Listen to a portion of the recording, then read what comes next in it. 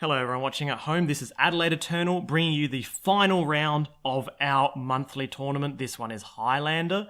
I'm Sarven McLinton and I'm here in the booth with Beckett Wolfe. G'day guys. So we actually have a special matchup here for the last one. We have Beckett Wolfe himself on camera on the left. He's running the deck list that we've been tuning for the last month or so now. Sarv's Value Train, Kess Pile, Kess Control. There's so many things. But basically, it's a Grixis control deck. So maybe let's have a look at Beckett himself first. So Beckett is in our Hall of Heroes. And he is there pictured holding up his uncut sheet. The prize and glory of our... I was quite angry that day. Yeah. of our Eternal team and our travels and jamming as much as possible. We love to travel and we love to jam. That's the most important part. Guys, just comment the names in below the video, and I can post out the autographs to you if you want, or maybe just chuck us a few subscribes and I'll pay for postage for the autographs. You can sign from me. Beckett signed my chest before. You can do yours too if you want. And anyway, this is a long day of coverage. Evidently, let's look at your deck list, and then we'll talk about your opponent as well. So you're on this list that we've been talking about. We've been talking about this for a while. We'll release a deck tech on it too, since it's been doing so well. Basically, there were four people in the tournament, and we, out of the 6 rounds, we were all on 15 points, and we all had losses to each other. Yeah. So basically, everyone who was on Grixis control all went 5-1. All went and all lost to each other. Yeah. So yeah, that was. I think that's a sign the deck's pretty good. But basically, if you look at it there, it's a control deck. It finishes a game with things like Kess to get supreme value. Fiery Confluence your opponent's face, Fiery Confluence them again with Snapcaster Mage, Bash with Kess or Snapcaster, Creeping Tar Pit, blah blah blah. It's really, really enjoyable to play. So maybe let's have a look at the big wild card, which is your opponent. Yeah, so, he's the first time playing, and welcome down, Michael. It's a really beautiful deck. Absolutely beautiful. Michael fantastically Hearn's deck beautiful. Is like when you see this on camera, you're going to salivate. It's looking good. But yeah, it's a Duretti, it's a built from scrap deck basically. The ongoing joke for the archetype has been that basically you could take the commander deck and just change a few of the cards and suddenly it's a Highlander deck. It's a loose definition, but it's still called built from scrap because of that original joke. And the whole point, if you want to see the deck tech, go click on the deck tech at the end of the video and you'll see what it's all about. But if we could sum it up in 30 seconds, it's all about a bunch of broken mana. That's usually artifact based or revolves around artifacts, and you use that to power out crazy threats that you shouldn't be allowed to play on, say, turn 3. Those threats can often be in the form of massive Mir battle spheres and that kind of thing, or they end up being lock pieces. So you send out some early lock pieces, lock your opponent out of the game, and then actually hard cast those threats later on in the game. Either way, you're going to be ending up finishing the game with something like an Ugin the Spirit Dragon, or a Walking Ballista machine gun to your opponent's face, or a Worm Coil Engine just making all the aggro opponents cry. And a Blood Moon. Oh, yeah, that's right. Top it off. If we could forget that lovely lock piece. Let's get into the games, eh? Awesome. Well, you guys have drawn 7, and let's see whether or not you get locked out by Blood Moon. I guess that's a thing. But you're going down to 6? Yeah, I think I had 1 land hand and a bunch of black cards. For Michael, I can see the full art unhinged mountain, props respect foil on the far right, but we are going to 6 as well. So in mulligans, from an objective point of view outside the game, who do you think is favoured with mulls? It's funny you say that. Michael and I are literally having this conversation right now in the game, and we were both suggesting that a mull to 6, I'm better. Mm-hmm. But anything further than that, he's probably favoured because he can get a broken start. Yeah, because right? he can have a fantastic 4 and just win the game, and I probably can't. But obviously the longer the game goes, the better your but a mulligan to 6, I'm probably still a bit favoured. But this is bad. He's mulling to 5. So you're on, a high-end threat there in Torrential Gearhulk, but you've got Electrolyze, which is probably not going to really be relevant. It's not great. I've also got Badlands and Deluge, but I've got a Toxic Scry. Deluge. It's not great. I don't love it, but No. I've got lands and spells, and I don't It's a think fine I got 6. Yeah, it's a fine 6, right? Also, I know the Built from Scrap list has a few Planeswalkers and Thopter, like it runs Pig, yeah. Kieran, Alar, and I think last time I played it, my opponent just played a bunch of like Thopter style. And then you Electrolyze the 2 Thopters and so on and so I mean, forth. it's a stretch because like he can just go, Wormcoil Engine. I'm like, wow. We're not saying it's good. We're just saying it's got targets. It's not. It It's has not a dead. target sometimes. Yeah. Yeah, it's not dead. Killing Magus of the Moon or something. All right. So yeah, Sensei Divining Top, Deserted Temple. I didn't catch the rest of the cards. There are 2 Foily and Pimp and maybe even Expedition-y. I'm not quite sure. Oh, not Expedition. So Inventors Fair, Sensei Divining Top, signed foil. Love it. So good. And you're starting with a paltry new art Steam Vince. just so great. What It's are not you even doing, foil. Beckett? Come on. Oh, I love that. I love old art foils on old lands. They look really good. Deserted Temple. Is that Petrified? Oh, which one? It's Deserted Temple. It's the one that It is untaps a Deserted. land. Yep. Okay. So obviously you get to untap sweet lands like Talarian Academy or Mishra's. Sure. Okay. So you're representing Mana Leak or Counterspell or something like that. And that is definitely a relevant thing because obviously the Built from Scrap deck is really good at these explosive lockout pieces and big threats. But if you get your one big threat countered and you have to tap your Grim Monolith or something like that, it's sometimes a bit rough. It buys a whole lot of turns for your opponent. So that's the new land from the Dinosaur set. I can't remember what it's called, but it's basically a Ghost Quarter that costs 2 to activate, but both of you get to search out a basic land. Is that right? Yeah, correct. You've got it spot on. I think it's fantastic. Problem with Ghost Quarter, obviously, you lose a lot of cut advantage. Yeah. So. Oh, literal counterspell. I think on it's a Trinisphere. Trinisphere, yeah. Yeah, you just needed to do that. I mean, there's chances for you to let Trinisphere resolve and play through it, but when you've got Preordain in hand, you can't. It happened pretty quick. I did have to think about it, but I was like, this is going to be annoying at some point, and I don't want to lose to this Trinisphere. Yeah. So I'm just going to counter it. It doesn't affect your opponent, and it will have a chance of affecting you, even if you don't have anything less than 3 in your hand. Yeah, I had the Preordain, and I think I had a bunch of really expensive spells, so I was like, well, maybe, and then I was like, nah, play it safe. Yeah, play counter it the safe. Trinisphere. Absolutely. And making sure you hit your land drops with the Preordain is better than not being able to cast your Preordain for a while. That petrified field, not petrified field, the dinosaur Fetid land. Ruins, I I don't think? know what Something. it's called. Yeah, but basically it's in the new Ixalan set. It's really good. Yeah, I love it. I think it's such a good breakout card for I reckon Highlander. it could even be played in Grixis control list. I think it's totally playable in control lists. I just don't know whether it can fit in our very colour-hungry control list. So there's Brainstorm Thoughtseize Delta. And I don't actually have a black source, so I want the Delta. You need the maybe? Delta, wow. Oh, no, I've got Badlands in hand. So I think I took Thoughtseize there. Yeah, I mean, thoughts No, using... I took Brainstorm. Yeah, Brainstorm. Wow, the ponder into Brainstorm. Ooh. I think I must have had 2 really bad must have been, you really wanted to get rid of some I think bad I wanted cards. to hit Thoughtseize this turn, and I wanted to get rid of bad cards. Yep, okay. Yeah, I normally Nope, don't like they that weren't kind of that thing, bad. but no, obviously... Wow, you just really wanted to cast spells before another Thorn comes down.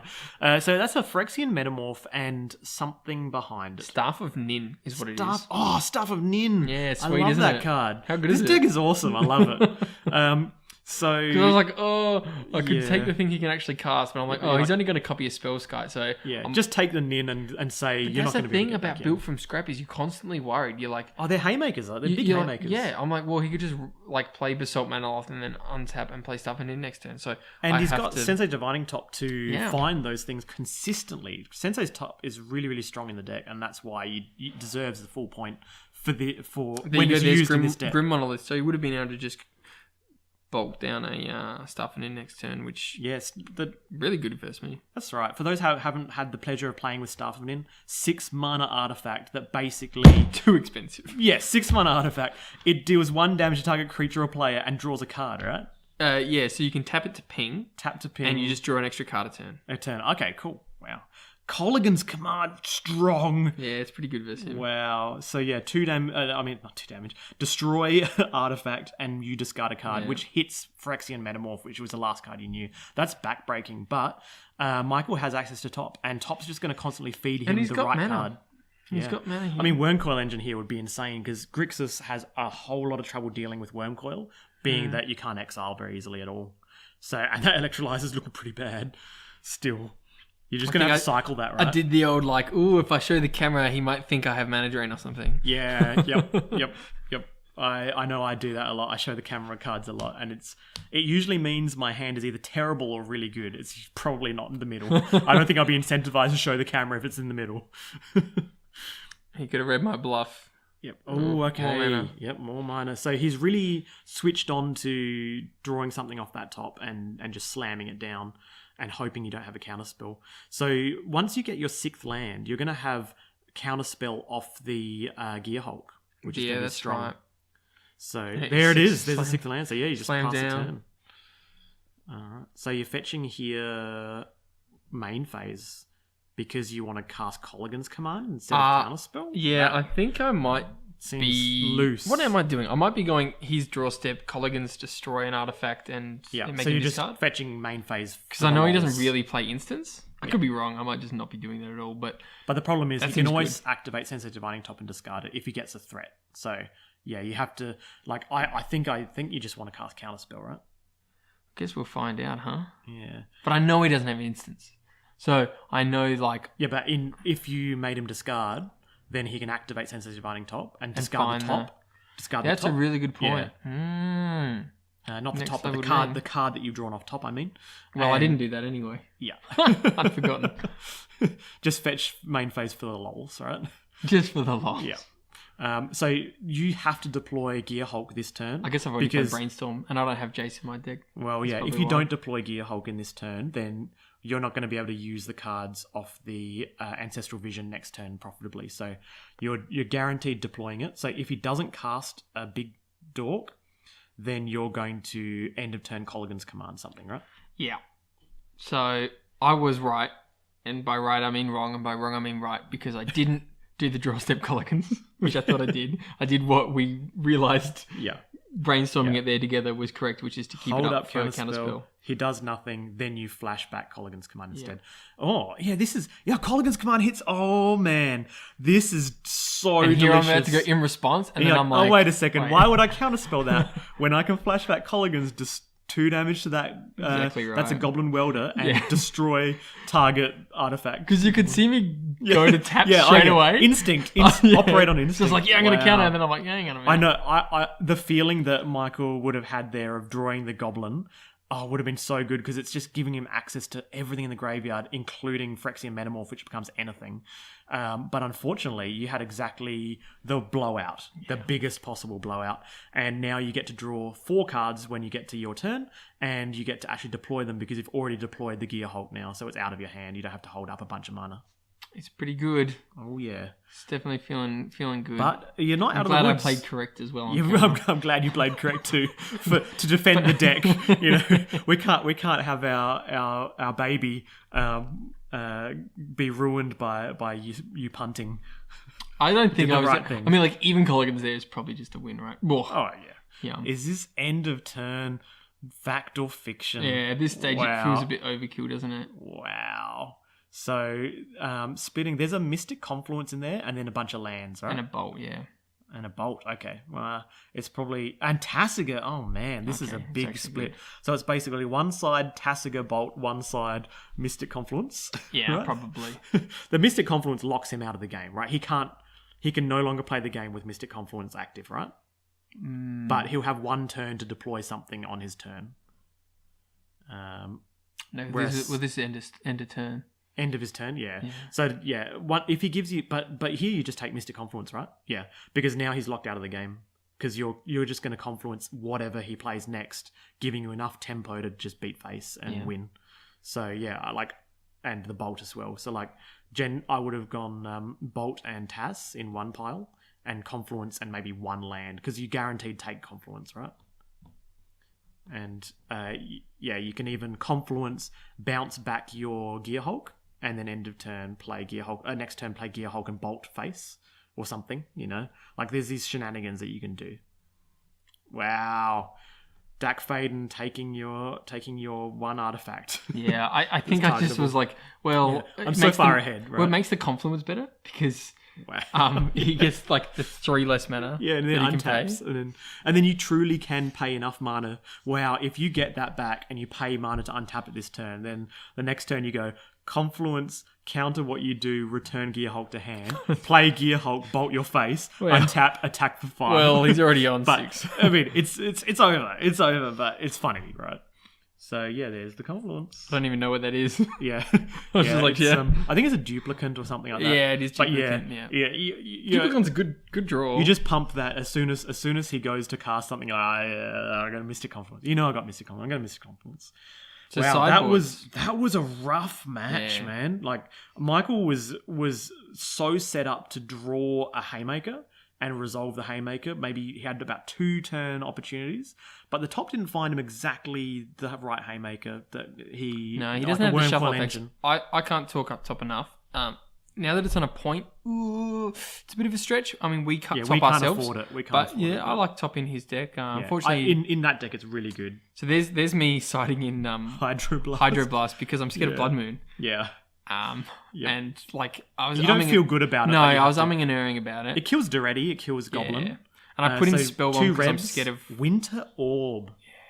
Strong against control, real strong against control. If you haven't played against Winter Orb before as a control deck, it's so much fun. Yeah, it's not a great way to have fun when you're on the receiving end. I think it's the funnest card. It's so because the thing is, Winter Orb is famous for being. If you don't know what it is, it's the 2 mana artifact. It says you can only untap.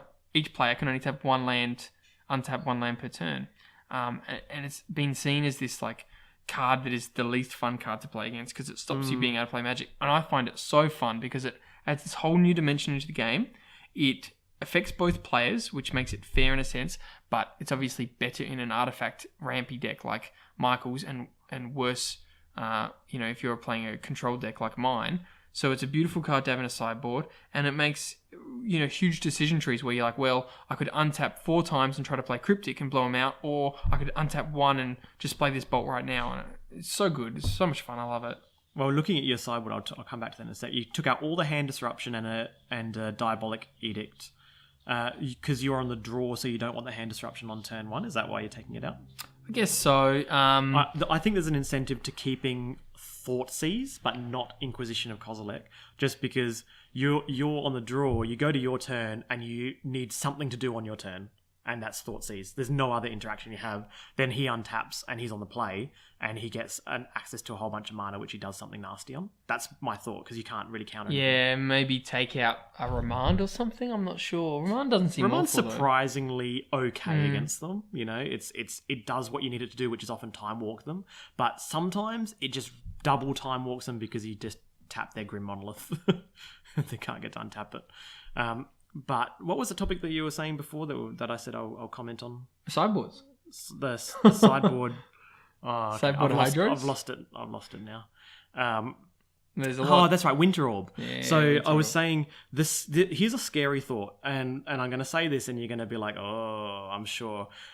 But as much as Winter Orb gets all this hate, now imagine you're a blue player, or imagine you're a non-basics player in general. Winter Orb is a fair version of Choke and Back to Basics. Yeah. That's a scary thought, It's right? a really interesting Where, point. that we hate it, but then Back to Basics, that's painful. It doesn't let you untap at all. At all, and Choke, But there's no you choice. Decision making. It adds a lot of skill to those cards, which can just be 3 mana. You just had Blood Moon, or you just had Choke. Yeah. So that's an interesting thought I was thinking about at the time. So Michael's presented, and so have you. No, that's right. You're the other way around. Yeah, you've just received your deck, and so has he. So starting off with the 7s, is that a counterspell? Why are you playing that whiteboard counterspell? Why not? What's your problem? I have massive problems with it. So there's a Kess in there and there's a Lightning Bolt. That's a combo I like to see. Unfortunately, if you don't have any more interaction than the counterspell on the draw, this is going to be really rough for you because he can deploy a scary threat very, very quickly. Yeah, well, I'm not going to ship it. Oh yeah, you can't ship this. Yeah, I completely agree with this keep, but it's scary, isn't it? Are you a little bit scared? No, of Just course, yeah. But like, if it happens, it happens, right? And then we just go to game 3, and you're on the play. Yeah. And I guess like almost statistically, he's not going to be able to deploy a threat under my counter like twice in a row. Oh yeah, maybe. I don't know. I think like when you're on the play and you get to untap turn 2 and have mana leak, remand, miscalc, censor, all those kind of things open for you to deal with his turn 2, which is usually his big turn. You feel a lot more comfortable, don't you? Yeah, for sure. So I can see the Thoughtseize being good in this one instance, but I don't think the Inquisition is somewhere you want to be. Or the Hymn to Touré. No, it's a really good point. I guess I've just lost to this deck so many times where they just have no cards in hand because they just splurge out all their ramp and all their cards. Completely. In hindsight, I think maybe Thoughtseize would have been good in it. Mind you, like, what do I take out? Because I wanted Chain Lightning because I know he runs Duretti and I know he runs Magus of the Moon. And so I wanted to keep targets. in, and as I said, Piki and Alar. So I wanted to keep in like bolts for that. Keep in bolt, take out Electrolyze. Yeah. Probably correct. Yeah, let's see. A Fire and Ice is still good against them because you can tap their big duder. It's a Winter Orb hand, and it's got Tolarian Academy in it too, so points in hand is always good. And it's a Scry to the top, so we're going to have a real game here. Being on the play, Scry to the top, and having a decent 6 here. So it's not a double land, because if it was a Soul land and a Winter Orb came out, it'd be pretty nice under the counter magic. But he's got another opportunity here because you don't have, say, Spell Snare active.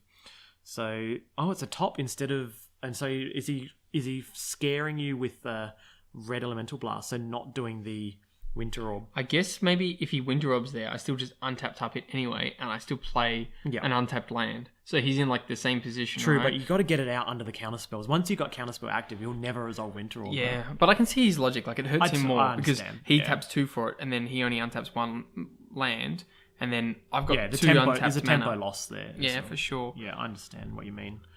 He's going to make a decision here because he gets to. Does he want me to just tap out for something and then he gets me while I'm tapped? True, but you never do. Like as a control deck, you just don't tap out until you need to, and when you really, really need to, they're probably already winning anyway. So, well, let's see how it pans out. He's got the guy with looking at the shiny stuff. Some kind of land that's Crystal I know Vein. what it does. Vein, yeah. I know it sacks for double, but so this is a beautiful original border signed defense grid. I love it. Yeah, I am gushing over that. And if you don't know what it does, it says... I don't care what it does. Look at it. It's beautiful. So that's a remand returning it. So you don't even need to know what it does now because it's returned to hand. And I didn't counter it because I'm not actually that scared of it. Yeah, and I'm you happy, use your counter spells on first, right? I'm happy for him to just like untap, play that next turn. Yep, I can see that. And drawing cards here is very relevant. You would just want to be able to draw more interaction. Yeah, defense grid, once it's down, will cause all abilities in opponents, all spells in opponents' turns to cost 3 more. So it basically says no to counter spells, shuts them off. You're on 3 now, and you have counterspell in hand, the white border counterspell. And I've got bolt and counterspell. Okay. So you're pretty much covered against Blood Moon, Magus of the Moon, all the scary stuff. But he has Tolarian Academy out. It only taps for 1 right now, but there is a point where that is going to be tapping for more than a Mishra's Workshop. Let's see if this is that turn. Nope, just 2. So here's a defense grid again. Now, do you think this is the bait spell? Could be, but he doesn't have that much mana for the bait. And there's the Red Elemental Blast. Very nice. Yep, strong. Oh, is that a misstep? Oh, man. Savage. It's pretty nice. Yeah, that's a real stack. Yep. So that was a good interaction for you. But he still has Winter Orb in hand, and does he have a threat? Or one or 2 threats? Let's find out. So you're going to 4 land here, and you're pretty much in the driver's seat. Yeah. He's got no threats on board, and I've got a Kess. Oh, Kess, yep. So this is where he can resolve Winter Orb. Yeah. But you don't know that, obviously. But obviously, you having Kess out is so good. I think I just basically didn't have anything else in hand except for Bolt. And he's used up his Pyroblast, so you're thinking, well, in your position, what are the odds he's got the Reb as well to kill your Kess? So... I couldn't keep up counters here. I didn't have counters or like a Fact or Fiction, which obviously I'd rather play. Yep. So I was just like, it didn't feel good playing Kess without value. Because obviously, unlike Jace you can just drop into an empty board like this. Yep. Kess feels a bit odd because you kind of want to do it almost turn 5 and at least get some value, but I didn't have anything else to do, and I was like, just see if he's got the answer. And what's the worst case scenario? He has Red Elemental Blast, or he has Magus of the Moon, in which case, Winter Orb is here the worst case scenario, but if he plays the Moon, in actual fact, the Moon actually turns on your Bolt, Kess Bolt, so, which is funny. I mean, it's not normally the way that happens, but...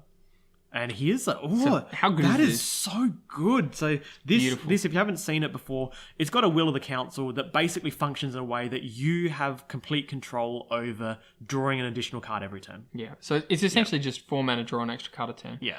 And how good is that with Winter Orb? Like, it slows the game down so much. And it lets you draw those cards. And you're sitting there, and this is what we mean by lock pieces, because, you're sitting there talking about, big fatties. And people forget about the lock pieces. I mean, how good is that as a lock piece? If no one at home has seen that interaction before, when you have Kess out, it's basically like having a Snapcaster Mage on a stick, and Beckett just went bolt your face, and then Kess flashback bolt your face again. Yeah, so 6 damage and then swing for 3, so that's 9. I gotta say, 9 damage. What Michael has out is fantastic against control. And if I had Jace, I think it would be really, really good. But right now, I get tempo.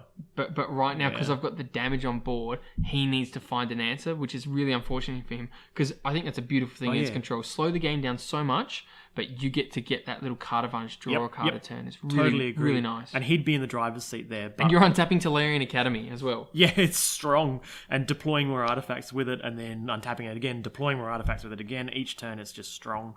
But as you can see now... Although he has more mana, just he not doesn't as strong have as Kess. way to deal with a 3/4 flying that flashed back a bolt twice, basically confluenced your face for 6. So, it's really that situation where, as a control deck, sometimes you just got to recognize where you're not going to win the control game, and you just got to turn the corner and become tempo, and that's what you've done here. That's it. I mean, how can you win the control game against Winter Orb? Oh yeah, wow. Yeah. Michael has got this set up so beautifully against control, locking out with Winter Orb and generating infinite mana with the Tolarian Academy for a turn, and then infinitely more each time he plays an artifact, and drawing an extra card every turn. He's so well set up, but he's just not set up to deal with just 3/4 flying. I mean, if he kills the Kess, it's game over, right? Oh yeah. Because he's got 3 turns on the clock basically, and needs to deal with that at some point. But if he draws a Red Elemental Blast, it's going to be hard for you to deal with it, because Mana Leak doesn't. Mana Leak pays through. Crucible of Worlds again, just more value, more mana. This is pure value here. How good is that with Crystal Vein as well? So Crystal Vein says tap for colours or sack it for 2 colours. Obviously, really good with Crucible of Worlds, and really good when you've got Winter Orb. You don't tap it; you tap it and sack it. And then you get it back next turn anyway. Yeah. And for those at home who haven't played a deck with Tolarian Academy before, either in Vintage or Highlander, the sequencing is really important on when you deploy and how you deploy, in what order you do your artifact, so that you can make it generate the optimum amount of mana or the amount of mana that you need for the turn.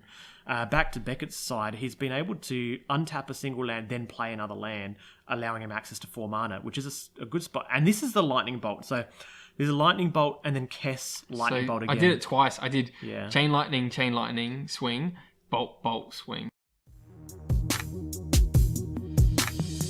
They see me rolling, they hating, patrolling and trying to catch me riding dirty, trying to catch me riding dirty, trying to catch me riding dirty, trying to catch me riding dirty, trying to catch me riding dirty. Yeah, this is the strength of Kess.